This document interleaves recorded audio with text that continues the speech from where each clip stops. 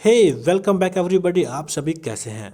आज इस वीडियो में मैं आपसे बात करने वाला हूं सेंसेशन एंड परसेप्शन चैप्टर के कुछ एमसीक्यूएस के बारे में।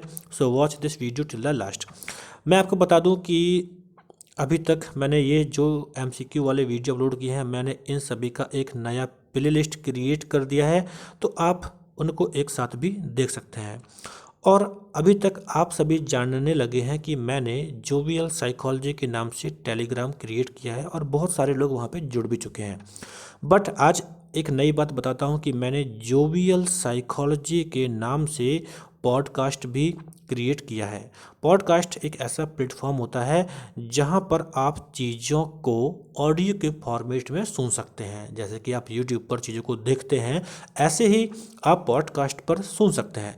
तो जोवियल साइकोलॉजी आपके लिए एक ऐसा पॉडकास्ट है जहाँ पर आप चलते फिरते किचन में खाना बनाते समय या फिर आप कुछ और करते समय साइकोलॉजी को सुन सकते हैं। तो साइकोलॉजी की दुनिया को हम बदलने वाले हैं। आइए मेरे साथ आप टेलीग्राम पर जुड़िए, आप डिस्कस कीजिए मेरे साथ कि हम कैसे साइकोलॉजी में कुछ क्रिएट कर सकते हैं, कैसे हम बेहतर कर सकते हैं, हम सब मिलकर कुछ नया कर सकते हैं। तो आइए मेरे साथ।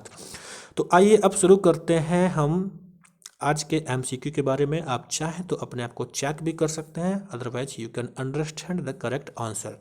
So just look here on the screen. The first question is that the phenomena that refers to the ways in which an individual's expectation influence perception is called.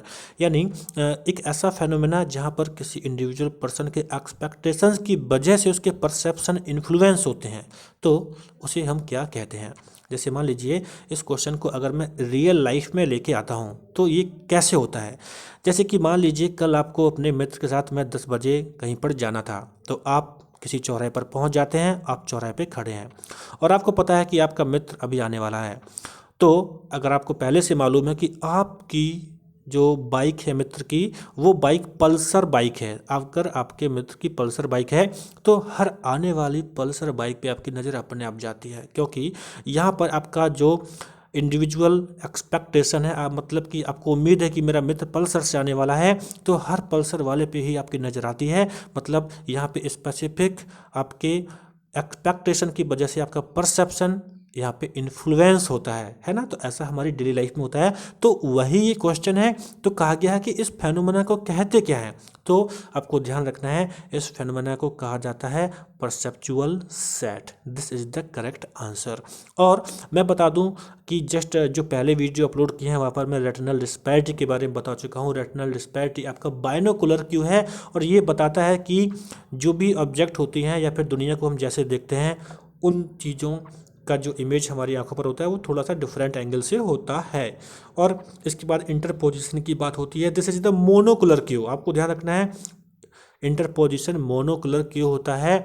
And ये क्या करता है कि किसी भी ऑब्जेक्ट को पार्शियली ब्लॉक करता है। जैसे कि मान लीजिए एक आदमी खड़ा है, उसके पीछे दूसरा आदमी खड़ा है, तो दूसरा आदमी जो पीछे खड़ा है वो आपको कम दिखता है ना, यानी पार्शियली ब्लॉक हो जाता है।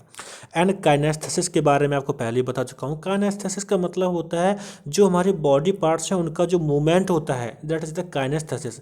इसी के अपोजिशन में एक आता है वेस्टिबुलर। वो क्या होता है, वो सेंस ऑफ होल बॉडी होता है। तो आप इस तरह से चीज़ों को सुनते रहिए, नॉलेज को बढ़ाते रहिए। तो इस क्वेश्चन का जो करेक्ट आंसर था that is the option D. अब बात करते हैं सेकंड क्वेश्चन की। That is the tendency to organise stimuli into smooth and uninterrupted pattern is called. यानी किसी भी स्टिमुलस को हम बहुत ही ईजिली तरीके से, अनइंटरप्टेड तरीके से हम उसको ऑर्गेनाइज करते हैं, इस चीज़ को क्या कहते हैं। तो ये आपके जो आपने गेस्टाल्ट साइकोलॉजी पढ़ी होगी तो वहाँ पे कुछ रूल्स होते हैं, उससे इस क्वेश्चन को लिया गया है। So this is very easy. अगर आप थोड़ा भी आप सोचेंगे तो इसका आंसर आप दे सकते हैं। So just try to understand कि इसका जो करेक्ट आंसर है this is the option B, continuity. आपको ध्यान रखना है, कॉन्टिन्यूटी में क्या होता है कि हम चीज़ों को ऑर्गेनाइज करते हैं बहुत ही सिंपल तरीके से। अगर हम क्लोजर की बात करें तो क्लोजर का मतलब होता है किसी भी कोई वर्ड, कोई शब्द हो, कुछ भी हो, कोई इमेज हो, अगर हम उसको मतलब वो उसमें कुछ स्पेस होते हैं तो उसको हम पूरा ही समझते हैं, यानी हम गैप को फिल करते हैं क्लोजर में। जैसे आपने कभी IBM के सिंबल को देखा होगा, तो IBM का सिंबल कुछ इस तरह से होता है और कुछ उसको कुछ ऐसे करके बनाया जाता है। कभी आप इसको सर्च भी कीजिए तो आपको मिल जाएगा। मतलब कि जो गैप होते हैं हम उसको भी फिल करके किसी चीज़ को समझ लेते हैं, वो होता है क्लोजर। और प्रॉक्सिमिटी जो होता है, प्रॉक्सिमिटी का मतलब होता है कि जो वस्तुएं होती हैं उनको हम पास पास समझते हैं। एंड सिमिलरिटी का मतलब सीधा सीधा है कि हम चीज़ों को सिमिलर समझते हैं। बट जहाँ पर हम किसी भी स्टिमुलस को या फिर किसी भी चीज़ों को हम स्मूथ अनइंटरप्टेड तरीके से पैटर्न को जब समझते हैं, ऑर्गेनाइज करते हैं, तो वो होता है continuity. So this is the correct answer, आप इसे ध्यान रखिएगा। Now next question, that is question number 3। यहाँ पर कहा गया है, यहाँ पर थोड़ा सा आप ये ध्यान रखिएगा कि इसमें ये लिखा है selection attention. So keep in mind that is not selection, यहाँ पे सिलेक्टो है। क्या है? सिलेक्टो। Sorry for this. Selective attention is most accurately defined as, यानी सिलेक्टिव अटेंशन को हम क्या से डिफाइन कर सकते हैं?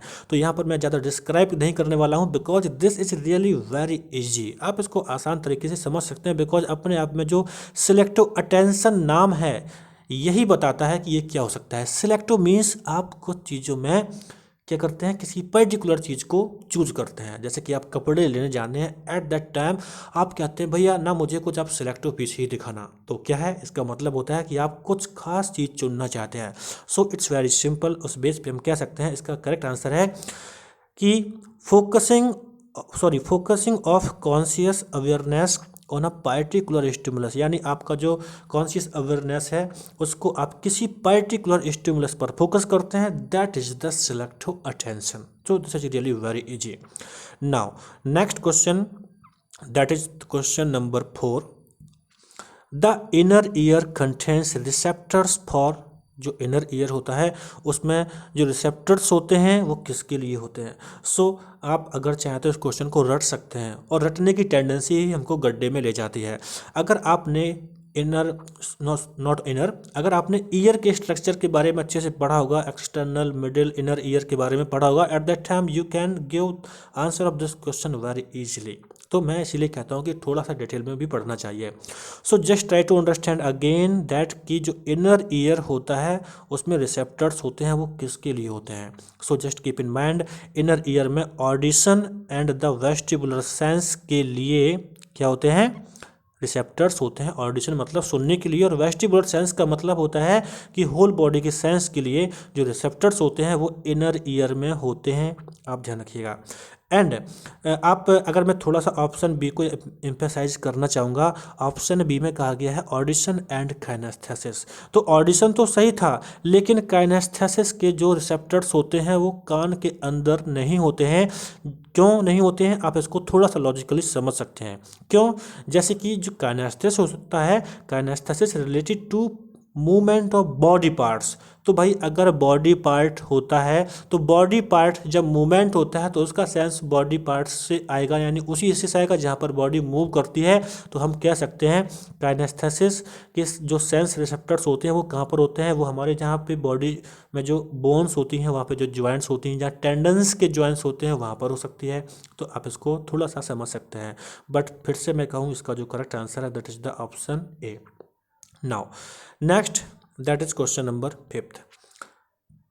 Sensory neural hearing loss is caused by, जो सेंसरी न्यूरल हियरिंग लॉस होता है ये किसके द्वारा होता है, ये हमको यहाँ पर बताना है। तो आप ध्यान रखिएगा, सेंसरी न्यूरल हियरिंग जो लॉस होता है ये होता है हमारे जो कोक्ला होता है ईयर में, उसके डैमेज होने से सेंसरी न्यूरल हियरिंग लॉस हो जाता है। And one most important thing आपको ध्यान रखनी है, जो सेंसरी न्यूरल हियरिंग लॉस होता है ये परमानेंट होता है। सीधी सी बात है, अगर जो सेंसरी न्यूरल्स हैं वही अगर ख़त्म हो जाए, उन्हीं का लॉस हो जाए तो फिर क्या होगा, है ना? तो ध्यान रखिए, this is the permanent loss of hearing, and इसका होना किसकी वजह से होता है? कोक्ला में डैमेज की वजह से। तो आप इसे ध्यान रखिएगा। और अगर ब्लॉकेज की बात कही जाए तो ब्लॉकेज होने से कोई परमानेंट हियरिंग लॉस नहीं होता है। ओके, आप इसे ध्यान रखिएगा।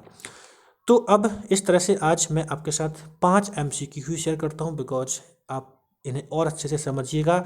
नेक्स्ट वीडियो में बचे हुए 5 मैं फिर से कर दूंगा। आप मेरे साथ जुड़े रहें, नॉलेज को इन्हेंस करते रहें और निश्चित ही आप अच्छे तरीके से मेरे साथ डिफरेंट प्लेटफॉर्म पर लाइक टेलीग्राम पर, लाइक यूट्यूब पर, लाइक एंड आप जो मैंने आपके लिए जोवियल साइकोलॉजी पॉडकास्ट बनाया है वहाँ पर भी आप इन्फॉर्मेशन मेरे से प्राप्त कर सकते हैं, सीख सकते हैं। So thank you for watching this video and मेरे साथ जुड़े रहिए। Please like this video, share this video to your friends.